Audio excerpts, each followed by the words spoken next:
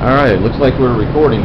Alright, this is part 2 of making these beads in this Packard floorboard.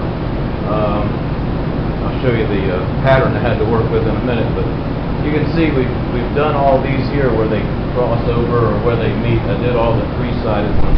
There's one that crosses all the way right there, and that's what we're going to make these look like. I guess you can see that one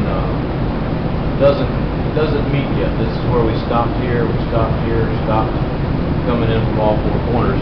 This is my piece that makes up the die so that your beater can cross, and it's a good thing we're getting to the last two because this is starting to wear out. This is just made out of recycled lumber, and so you just kind of set it down on there and it kind of centers itself, and then you have this real high-tech fastening system. It doesn't take a whole lot because once it's sandwiched between the hammer and the die on the plate on the hammer, it really can't go anywhere. Another thing that I found that really helps is putting WD-40 on the plate that's over there on the hammer, so that this has something to slide on. And that's it. That holds that in place till we get it to the hammer. And what I'm doing is going to go ahead and move the camera over back to the hammer.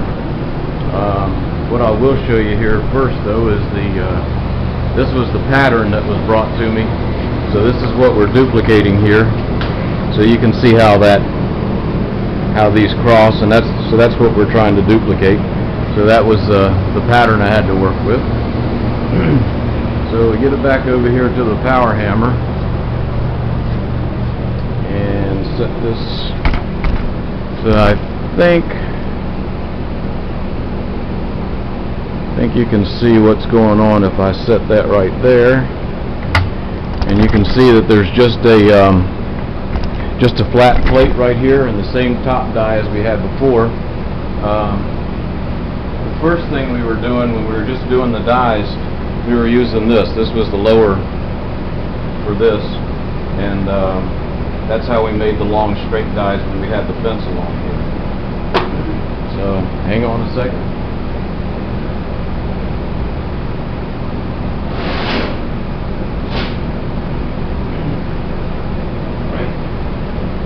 Now, we just take our piece, put it in here, and let it set on the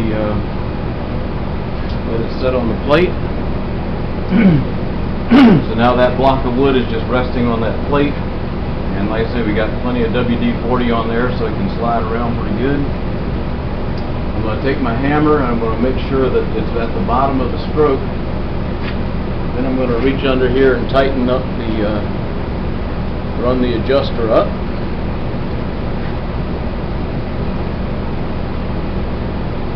And then it's kind of a feel thing again. We'll do that adjustment.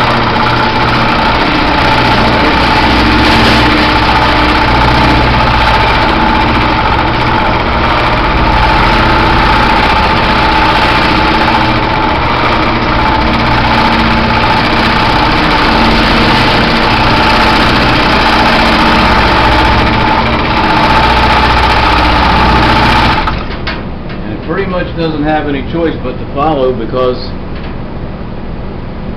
everything is lined up.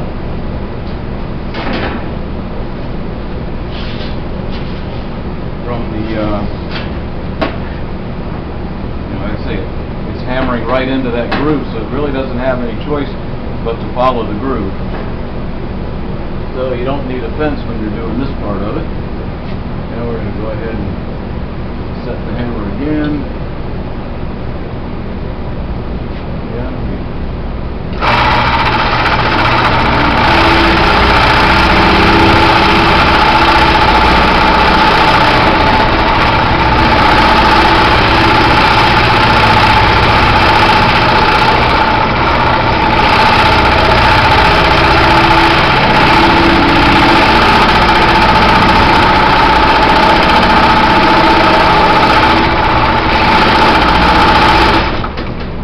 does try to wander a little bit when you go across it, but it has to center itself right back up, so no real fear of losing anything. So there you go, there's your cross bead.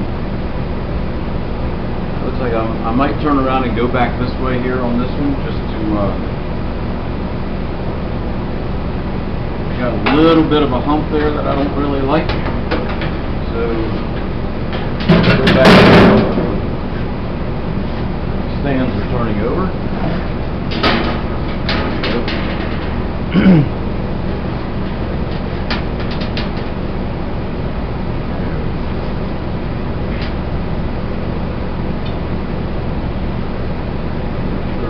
Bottom of the stroke again while I'm doing my adjustments. There we go.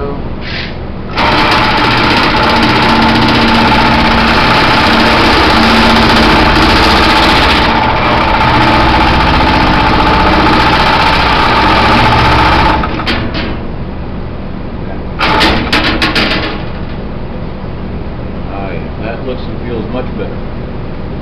So there you go. There's a way to do beads that cross one another. So all I got to do now is move my plate and do that last one, and this panel's finished.